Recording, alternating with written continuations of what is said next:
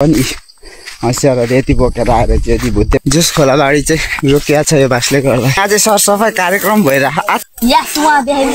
राम्रो छ नि यो कतिको चाम्रो हो भन्नुपर्छ यो जङ्गलमा आउने यो पाटोबाट अब एब्सेन्स हुने भोलि आउँछ नि त कुरो बुझिस् यो पाटोबाट आउने है उखाल्दै जाने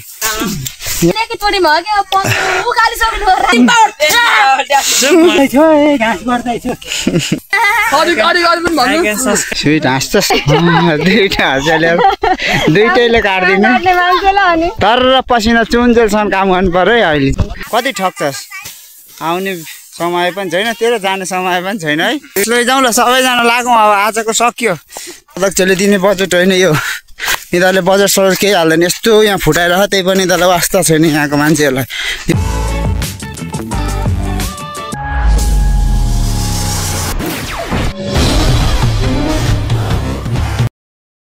hello guys welcome to my YouTube channel MR Kale. स्वागत छ तपाईँहरूलाई मेरो न्यू ब्लगमा। सबैजना सन्चै हुनुहुन्छ भन्ने आशाको साथ आज मैले न्यू ब्लग लिएर आइसकेको छु र यदि मेरो युट्युब च्यानलमा नयाँ हुनुहुन्छ भने please subscribe like comment share गर्न नबिर्सिदिनु होला। आज चाहिँ म यहाँनिर हाम्रो माथि बाँसहरू रोपेको छ क्या बाँसहरू रोपेको ठाउँमा चाहिँ हाम्रो सरसफाइ हुँदैछ अनि त्यही भएर चाहिँ हामी फाड्नको लागि गाउँको मान्छेहरू सबै जाँदैछौँ। अनि यहाँ चाहिँ पहिला यो बाटो पुरै यो चाहिँ अहिले त्यहाँ घारी भएको छ पहिला चाहिँ पुरै खोलाबारी आउँथ्यो क्या अनि खोलाबारीले पुरै यो सबै लान्थ्यो गाउँमै कस्तो खोलाबारी अनि त्यही भएर चाहिँ अनि त्यहाँ माथि चाहिँ हाम्रो बाँसहरू रोपेको छ क्या खोला खन्नको लागि अनि बाँसहरू रोपेको छ। बाँसहरू चाहिँ टन्नै अहिले जागिसकेको छ 1 वर्ष भइसक्यो बाँसहरू रोपेको पनि अहिले हरियाली भइसकेको छ पुरै बाँसहरू अनि सबै गाउँका मान्छेहरू चाहिँ यहाँनिर बाँस सरसफाइ गर्न आएछन्। म तपाईँहरूलाई देखाउँछु यहाँ सरसफाइ गर्न म पनि हँसियारहरू यति बोकेर आएर चाहिँ यति भुत्ते भइहाल्यो भने ट्याक्क लगाउने अनि त्यसपछि फेरि काट्न सुरु गरिहाल्ने। यस्तो छ अहिले बाँसहरू हाम्रो रोपेर यहाँनिर चाहिँ होइन यस्तो बाँसहरू रोपेको छ पुरै अहिले झम्म परिराखेको रहेछ बाँसहरू जङ्गलै जङ्गल चाहिँ पुरै मान्छे कराउनु थालिसक्यो त्यहाँ बोल्न थालिसक्यो बाँसहरू पनि यत्रो यत्रो भइसकेको छ। अब यहाँबाट खोलाबारी कुद्ने त कुरै हुँदैन जस खोलाबारी चाहिँ रोकिया छ यो बाँसले गर्दाखेरि खासै नत्र पहिला यस्तो बिचोक थियो गाउँघरमा पुरै खोला बस्थ्यो बर्खाको समयमा पानी आयो भने सबै यहीँबाट बग्थ्यो खोला। अहिले चाहिँ यो पुरै बाँसहरू रोपेर घना जङ्गल जस्तो भइरहेको पुरै यो घारी यो यस्तो घारी भएको छ बाँसको बिचबिचमा यो चाहिँ हान्नेको क्या हामीले खासमा गर्दाखेरि चाहिँ र यहाँ चाहिँ सरसफाइ कार्यक्रम भइरहेको आज मैले तिमीहरू चाहिँ रुख मात्रै ढाल्ने हो खालि हो के कुकाठ मात्रै ढाल्ने हो पुरै जरै लाएर काट्ने हो यो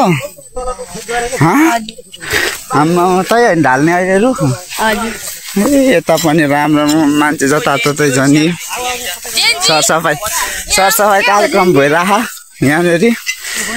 मैले हँसियामा धार लाएर हँसिया चाहिँ धार लगाइहाल्नु पर्यो अनि त्यसपछि काट्न सुरु गर्नु पर्यो।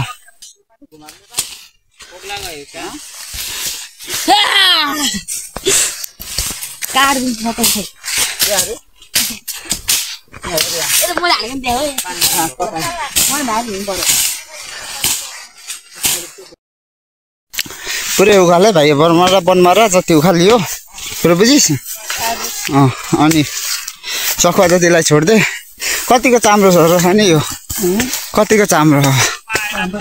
छ है लास्टै उखाल्नै नसक्ने गरी यार यो सखुवा यो यस्ता यो पाउलेका यसरी उखाल्नुपर्छ यो जङ्गलमा यो कहाँ ठगेर आइरहेको छ यार यो घुमै छ अघिदेखि यो ठगै छ यार नठगान गर न यार तिमीहरू अब यताबाट आउने यो पाटोबाट अब एब्सेन्स हुने भोलि आउँछ नि त कुरो बुझिस् यो पाटोबाट आउने है उखाल्दै जाने यहाँनिर हाम्रो मेलै सरेन है केटा हो अलिक मेलो सार है तिमीहरूले मेलै सार्न सकेनौ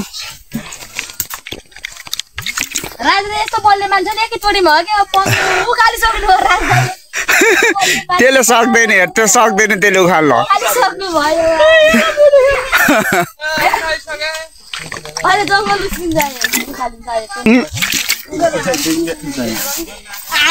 रातले त्यति पनि उखाल्न सकेन खै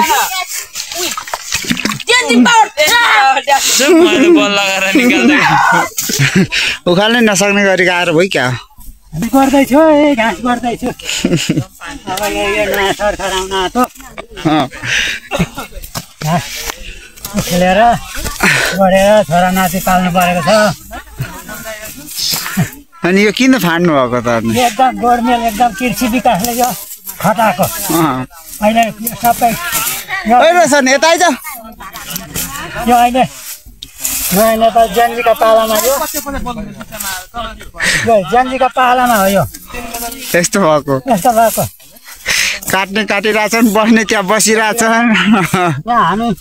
उखेलिरहेछौँ यस्तै हो फेरि प्रदेश दाल आउनु आँट्नु भइरहेछ अहिलेको होइन अब हुन्छ जय श्री राम जय श्री राम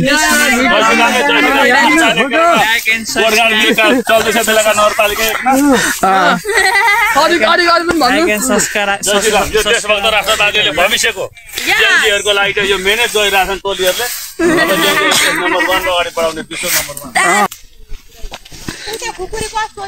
स्विट हाँस्छस् काम गर्न छोडेर हाँसिरहन्छस्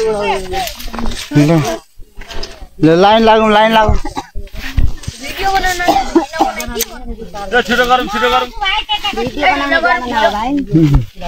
अहिलेको जमाना यही हो होइन भनिदिनु हौ यस्तो अनि अहिले त अब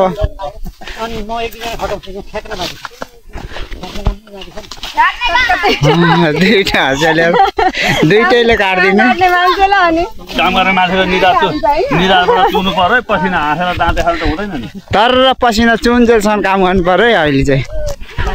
ल दाजु होइन भाइ हो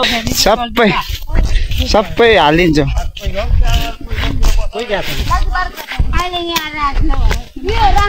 कहाँ गएर के गर्नु जान्दैनन्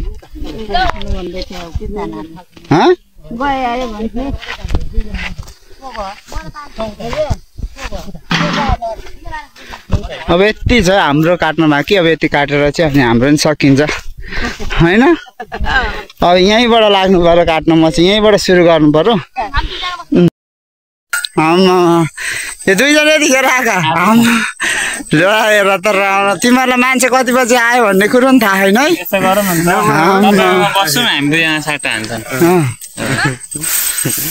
यता हेर यता रोटे त यतिखेर आउने तेरो यो भोलि गर्ने यसले भोलि गर्छ है अब यो वेस्ट इन्डिजसितको म्याच हेर्नुपर्छ है 8 बजे एकदम ठगरमा ठग्नमा गएको हो काट त्यसरी काट एक भारी घाँस काट अब पुरै यता हेर यता रोटे यता घाँस कटाइ कुरो बुझिस् यहाँ अलिक राम्रोसँगले काट कति ठग्छस् आउने समय पनि छैन तेरो जाने समय पनि छैन है राम्रो ठग्न पनि एउटा सीमा हुन्छ नि त यार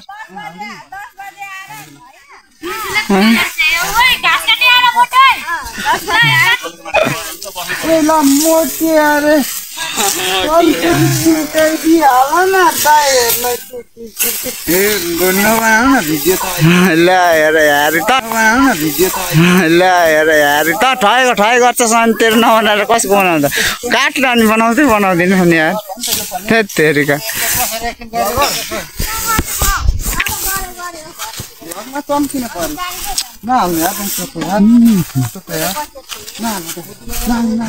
हाम्रो खोइ त जय श्रीराम सर उता गइसक्नु भयो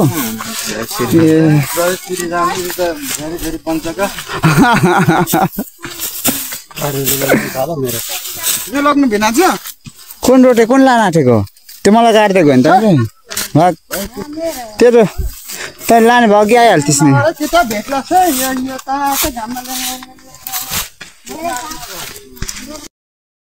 ल ल ल सब घाँस लिएर जाउँ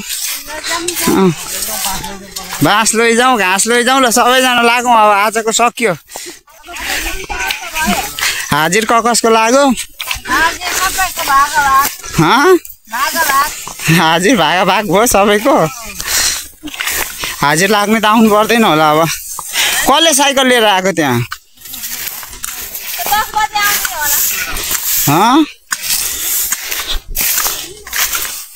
ए रोटीहरूले लिएर आएको थियो के गर्नुभएको हजुरी यो यस्तो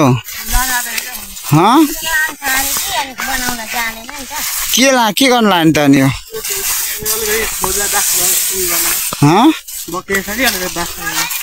ए ऊ गइसक्यो त रोड ओ रहेछ नि ऊ त्यो माथि जग्गा हिँड्छौँ उता हेरेर आउनुहोस् न यो खोला हो कि यो फुट्ने खोला चाहिँ हामीलाई दुःख दिएको खोला भनेको यही हो त्यसैले हो यो यहाँनिर फुटेर बल्ल बल्ल बल्ल बल्ल यतिको भइरहेछ धानसान हालेर नत्र हामीलाई यो खोलाले यस्तो दुःख दिएको थियो अहिले चाहिँ यहाँनिर बजेट आएर अलिकति राम्रोसँगले बाँध्नु भएको रहेछ अब खासै फुट्दैन होला कति आएको थियो कुनै बजेट तर राम्रोसँगले बाँध्नु भएको छ यो हाम्रो त यतातिरको यो फेरि बजेट यो हाम्रो नगरपालिका वडा अध्यक्षले दिने बजेट होइन यो यिनीहरूले बजेट सजेट केही हाल्दैन यस्तो यहाँ फुटाएर त्यही पनि यिनीहरूलाई वास्ता छैन यहाँको मान्छेहरूलाई यो चाहिँ एउटा यो बाँस रोप्ने संस्था रहेछ यो संस्थाले यो बाँस जोगाउनको लागि चाहिँ दिएको बजेटले गर्दाखेरि आज गाउँ पनि जोगिन पुगेको छ तर जेस राम्रोसँगले बाँध्नु भएको छ यहाँनिर रोशने के भन्छ से सम्बन्धी हाम्रो वडा नगरपालिकाले दिन्छ त बजेट हामीलाई के दिन्छ झन् यो एउटा कुन संस्था आएर यहाँनिर बाँस के अरे रोपेर बाँस जगाउनलाई भनेर यो बजेट दिइरह कम त दुःख दियो यो खोलाले सट्टै आउने यहाँबाट भत्काउने अनि सिधै गाउँमा पस्ने अहिले चाहिँ अब यतिको भइरहेछ अब यो अब चाहिँ आउँदैन होला कि अब यहाँदेखि उता चाहिँ बाँध्नै बाँकी छ ए अब फेरि अर्कोचोटि बजेट दियो भने चाहिँ यहाँदेखि उता बाँध्नुहुन्छ होला भयो होला नि हाम्रो पनि अब हाजिर भइसक्यो पसिनै पसिना छिटो पुरै काम गर्दाखेरि अब भोलि फेरि अर्को पाला आउँछ नि त